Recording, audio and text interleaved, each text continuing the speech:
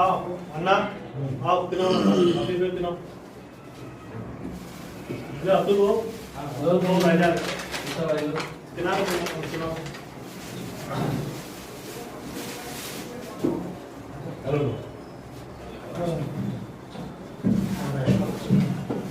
Sir बहुत शुक्रिया.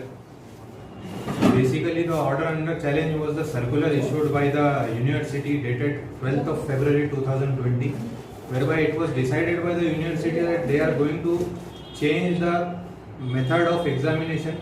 Earlier, PET examination was conducted online, and the centers which were allotted were at the discretion of the students. They were either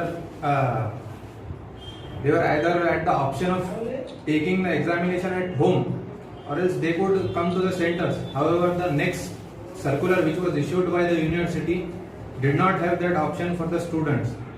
Basically, many of the students who are pursuing the PET second examination belongs to rural area. Matter was filed before the court, it was listed before the court. Court considered all the factual and law points in that matter and finally came to the conclusion that university shall provide all the basic necessities and will follow the SOPs, and the students, university will take care of the situation that students are not directed to go to far places for for writing their examination. They'll have to give their examination in shorter course near their area or near the jurisdiction where they reside. This was the direction given by Honorable High Court today itself. That's it. आज doctor बाबा साहब अम्बेडकर मराठवाड़ा विद्यापीठ की पेट exam 2 के सिलसिले में हमारे ईसा Yasin foundation की ओर से ईसा यासीन और विद्यार्थी संगठन की ओर से एडवोकेट अतुल कामले, इन्होंने हाई कोर्ट के अंदर एक याचिका दायर करके उस याचिका में ये डिमांड की थी कि जिस तरीके से यूनिवर्सिटी ने 30 दिसंबर 2020 में परिपत्रक निकालकर, सर्कुलर निकालकर जो बात रखी थी कि सभी स्टूडेंट को ऑनलाइन तरीके से घर से पेट की एग्जाम देना आएगी, इस तरीके का वो सर्कुलर था।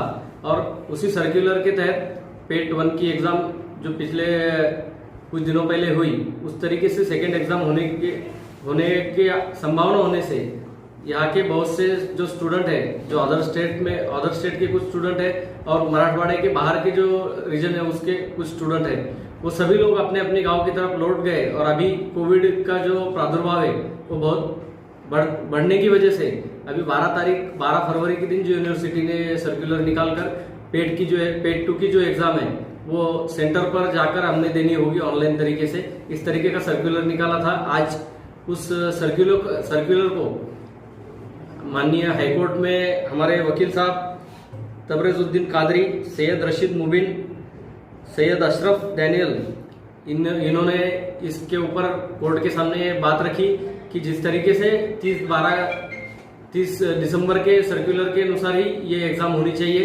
और इसमें कोर्ट ने एक बात कही कि जो स्टूडेंट पेट के लिए पात्र है उन सभी को उनके घर से नजदीक एग्जाम सेंटर उपलब्ध करके देना चाहिए, इस तरीके की बात रखी है।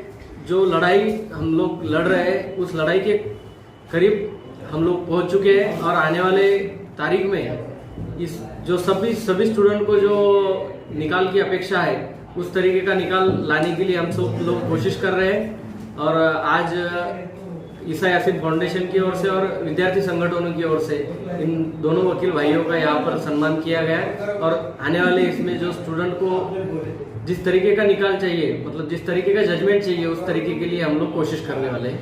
Thank you.